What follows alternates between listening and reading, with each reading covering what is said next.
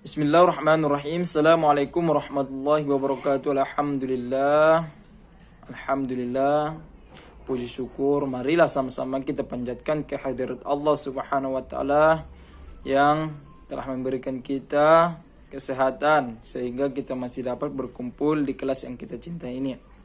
Salawat begitu juga dengan salam, marilah sama-sama kita hadiahkan ke ruh junjungan alam, yakni Nabi besar Muhammad sallallahu alaihi wasallam, yang berlapaskan Allahumma salli wa sallim wa barik ala Sayyidina Muhammad wa ala ali Sayyidina Muhammad.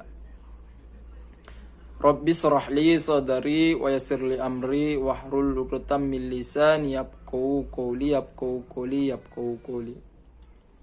Dalam kesempatan kali ini saya akan coba membahas tentang pantun dan puisi. Terlebih dahulu saya akan coba membahas pantun. Nah, pantun ialah jenis puisi lama yang tiap baitnya terdiri atas 4 baris serta memiliki sampiran dan isi.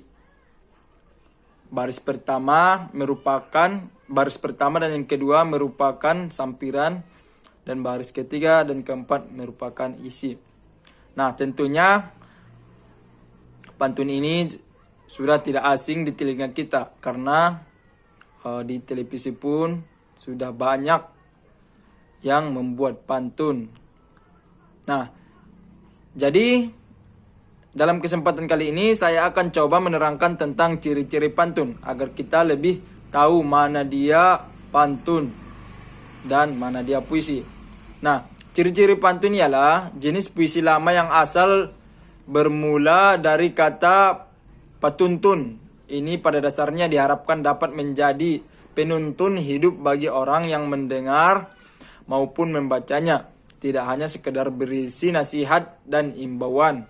Penyampaiannya pun memiliki ciri khas yang begitu kental. Jadi, ciri-cirinya yang pertama ialah tiap bait terdiri atas 4 baris. Jika prosa mengenal adab prakrab untuk tiap rangkaian kalimat yang berada dalam satu gagasan utama, jenis puisi lebih akrab menyebutnya sebagai bait. Tiap bait biasanya berisi untaian kata-kata yang berada dalam satu gagasan dan umumnya mempunyai ciri khas tersendiri bergantung jenis puisinya. Khusus untuk pantun, puisi lama yang satu ini memiliki ciri khas kuat, yaitu tiap baitnya selalu terdiri atas 4 baris. Barisan kata-kata pada pantun dikenal juga dengan sebutan lirik. Jadi ciri-cirinya yang kedua ialah 8-12 suku kata di tiap baris. Nah, mulanya pantun cenderung tidak dituliskan, melainkan disampaikan secara lisan.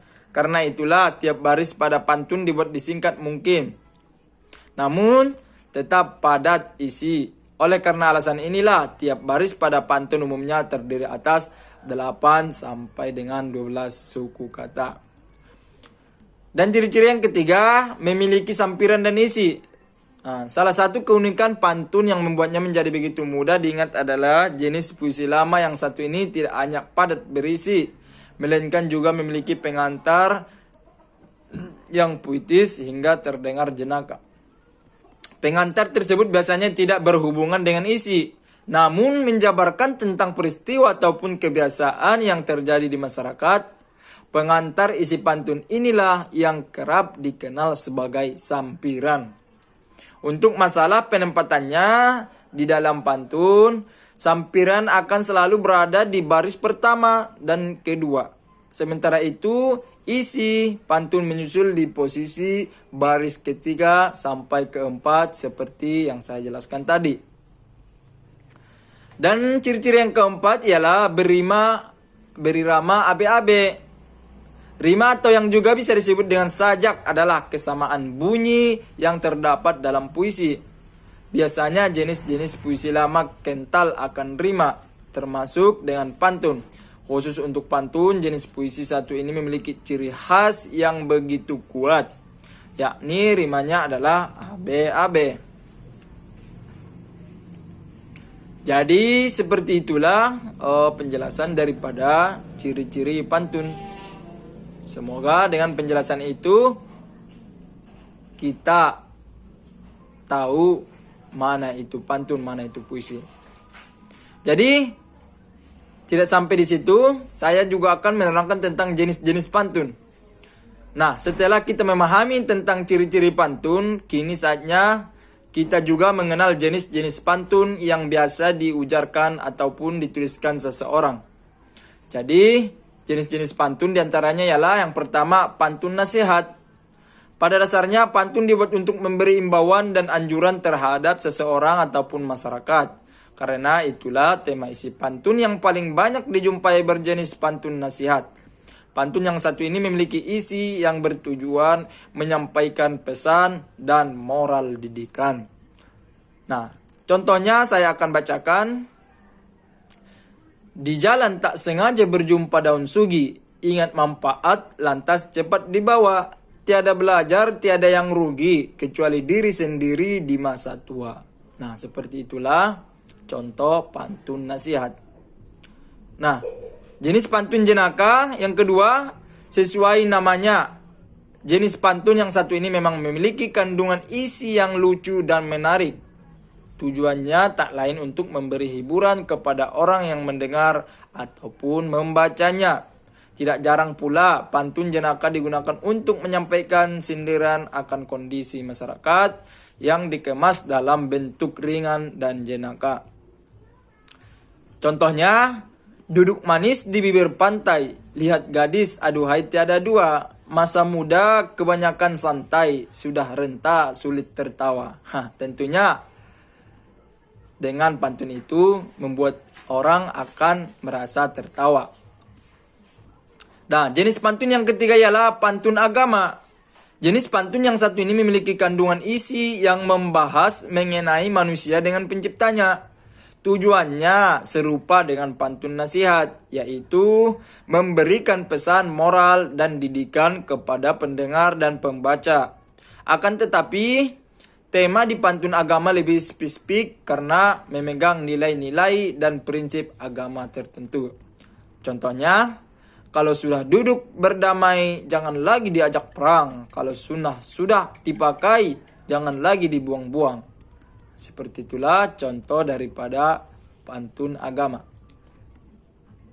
Dan jenis pantun yang keempat ialah pantun teka-teki. Jenis pantun yang satu ini selalu memiliki ciri khas khusus di bagian isinya, yakni diakhiri dengan pertanyaan pada lirik terakhir. Tujuan dari pantun ini umumnya untuk hiburan dan mengakrabkan kebersamaan. Contohnya, terendak bentan lalu dibeli untuk pakaian. Untuk pakaian saya turun ke sawah. Kalaulah tuan bijak bestari, apa binatang kepala di bawah. Nah, tentunya dengan contoh pantun tersebut, tentunya kita bertanya-tanya apakah seperti isi dari pantun tersebut. Isi dari yang keempat ialah menanyakan tentang apa itu binatang kepala di bawah. Seperti itulah contoh pantun teka-teki. Dan yang kelima, pantun berkasih-kasihan. Sama dengan namanya, isi dari jenis pantun yang satu ini erat kaitannya dengan cinta dan kasih sayang. Nah, umumnya pantun berkasih-kasihan benar di kalangan muda-mudi Melayu untuk menyampaikan perasaan mereka kepada kekasih maupun orang yang disukainya. Tentunya di kalangan pantun yang satu ini sudah sering digunakan di kalangan remaja. Nah, saya akan membacakan contohnya. Jelas sudah muram si duda, karena kasihnya tiada lagi asa. Tiada detik bias wajah dinda, hingga lapar tak lagi terasa. Nah, seperti itulah contoh daripada pantun kasih-kasihan. Dan yang keenam ialah pantun anak. Tidak hanya untuk orang dewasa, pantun bisa juga disampaikan untuk anak-anak. Tentu saja isinya lebih ringan dan menyangkut hal-hal yang dianggap menyenangkan oleh si kecil. Tujuan awal dari jenis pantun yang satu ini adalah untuk mengakrabkan anak dengan pantun, sekaligus memberikan didikan moral bagi mereka. Contohnya, kita menari keluar bilik, sembarang tari kita tarikan. Kita bernyanyi bersama adik, sembarang lagi kita nyanyikan. Nah, seperti itulah contoh daripada jenis pantun anak. Mungkin sampai di sini yang dapat saya sampaikan. Semoga apa yang saya sampaikan tadi dapat menambah wawasan kita tentang pantun. Dan semoga kita menjadi penyair yang hebat. Amin, amin ya rabbal alamin. Saya akhiri dengan ucapan hamdalah, yakni alhamdulillah rabbil alamin. Wabillahi taufiq wal hidayah. Assalamualaikum warahmatullahi wabarakatuh.